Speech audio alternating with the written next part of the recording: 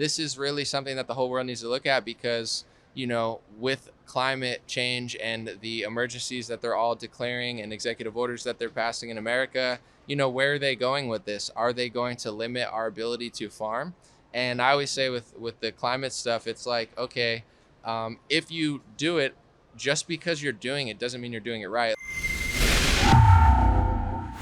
Juan Mendoza with Rebel News. I'm here in Tampa, Florida at SAS 2022, and with me right now I have An0maly. So thank you very much for taking time to speak with us at Rebel. My pleasure. I love you guys, and always been great to me. So thank you guys, Rebel. Appreciate you. Oh, thank you, man. So we were seeing a lot of your posts looking at the Dutch farmers right now that they're fighting back against these laws that are essentially taking out their ability to grow food, and we've been seeing a lot of these people just protesting all these policies that have been essentially limiting their rights. And it's not just something small, it's literally they can't grow food, and we've been seeing that with the Dutch farmers. Now is the time to make the changes we need to build a climate resilient world, to increase prosperity and improve public health.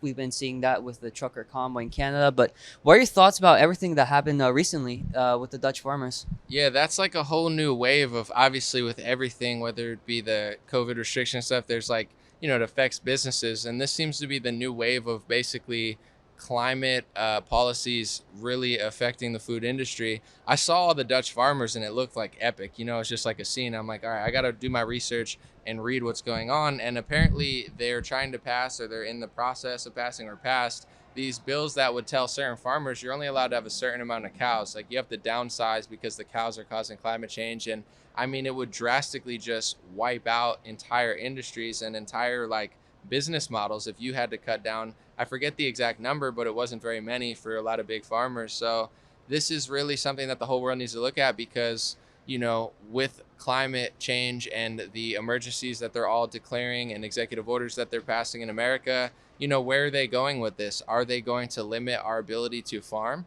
And I always say with the climate stuff, it's like, okay, if you do it, just because you're doing it doesn't mean you're doing it right. Like, they'll be like, you're a climate denier or conspiracy theorist. But in California, we used to have nuclear energy, which they got rid of. I think it's stupid. And now there's millions of people in California that have rolling, they call them brownouts, and they lose their power. It's because they replace an older power and didn't properly replace a new one. So I think that's a narrative that conservative leaning people need to do, because it's like climate, the left will say climate change is real and you're a denier, and the right, a lot of them will be like, it's fake, or they don't really know how to combat it, because it's just like, I know you're lying, but I don't know how. And but it's like the explanation is like, listen, just because they say they're going to do something doesn't mean they're going to do it. They could lock down the whole world for a year and say they're going to fight COVID-19, but here we are, boosters later, 2 boosters later, 2 regular shots later, people are still getting it and spreading it, including Joe Biden. So it's like, what they're planning and what they're saying versus what they're doing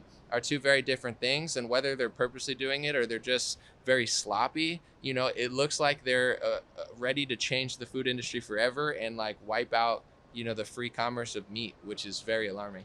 An0maly, is there any final comments that you have that you want to give to our viewers at Rebel News? Yeah, definitely. And talking about America and Canada just real quick, it's like, obviously, I'm sure you have political parties in Canada that you think are better or slightly better, just like we do here.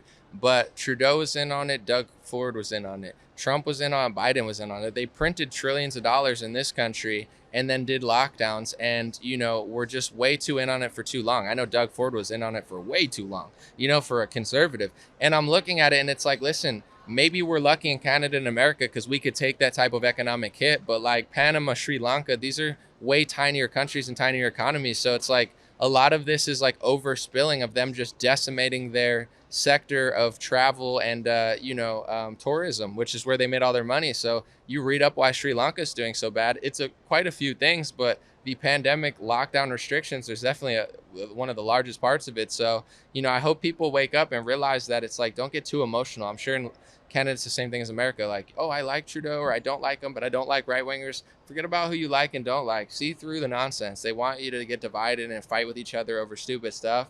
Just realize, we've been very grateful and blessed in this country and in Canada to eat to thrive. We don't have to hunt for our food like we used to. We've been very fortunate, and they could take that all away from us in a second. And it looks like they're going to, either by a mistake or on purpose. So be very careful that your activism, no matter how great you think it is, make sure it doesn't destroy entire industries and people that feed you. Talk to the farmers. Don't hate them and call them right-leaning. They make your food, you know? Let them into the conversation, and don't allow these big government politicians to just wipe out entire industries. It's not going to go well.